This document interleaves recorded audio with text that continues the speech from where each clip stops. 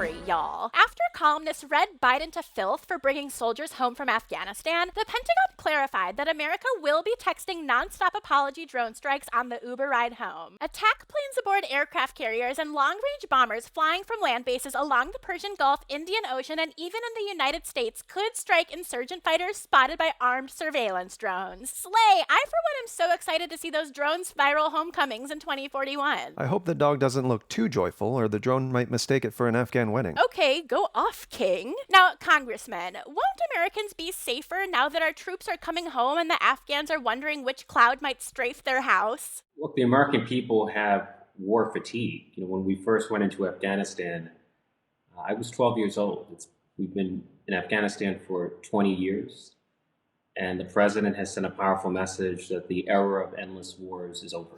That's cool. I was 6, okay, Grandpa? I am a huge fan of converting this garish, boots-on-the-ground mess of a war into a more clandestine, speak-easy style war. I bet the password will be something cool, like I'm a military contractor not bound by the Geneva Convention. I love that. Moving on. Second most toxic Bernie Madoff, died while serving a 150-year sentence in federal prison. Full disclosure, Bernie Madoff did steal $500 million from me. Oh my God. Oh my God. Yes, I was really wealthy. I had to do this show to get back on my feet, but I don't do it for the money. These issues are just too important to me. Now, Congressman, you work so hard for criminal justice reform. Is Bernie Madoff another example of our overly punitive justice system sending a non-violent offender to jail for a victimless crime?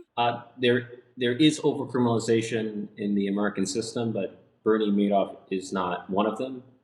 He caused senseless suffering to countless numbers of people. But, the problem is much bigger than Bernie Madoff. We have to address the root causes of fraud in the financial system. Look, if you want to stay out of jail, only commit crimes against the poor and middle class, hunty. Oh my God, Brian, you should totally date Ruth Madoff. Yes! Oh my God! I would, but I actually have a wife and kids. Have you heard of Polly? I'm solidly mono. Okay. I made a vow to my wife. Bachelor fans rejoice. The relentless racism on ABC's hit franchise will overshadow the relentless heteronormativity no longer. Season 23's Colton Underwood just came out as gay. I've ran from myself for a long time. I've hated myself for a long time, and I'm gay, and I came to terms with that earlier this year and have been processing it.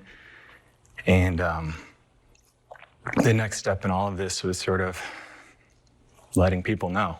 Okay, swoon. We stan a man who can talk comfortably about his sexuality, even if that means bypassing his harassment and stalking allegations that literally required a restraining order. And Kylie, I actually just heard that Bernie Madoff came out before he died, so all is forgiven there too. Love. Congressman, a toxically heteronormative, profit-driven culture forces a gay man to spend his life repressing his true self, contributing to his self-hatred and abusive behavior before he finally comes to terms with his sexuality. Isn't that a beautiful story of coming out? Well, I'm happy for anyone who's able to live life freely and with integrity.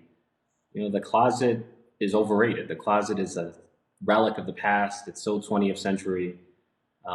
Those of us who are LGBTQ should be open and proud. We should live our lives with integrity. We should send a powerful message that we're here, we're queer, and we're not going anywhere. Media conglomerates and major sports leagues need to reevaluate the stories they're telling and the responsibility Brian, the producers will make us talk about the Russia-Ukraine thing if you keep this shit up. I didn't really like the season with Matt. Yes! Yes! Polly King! Polly King spilling the tea.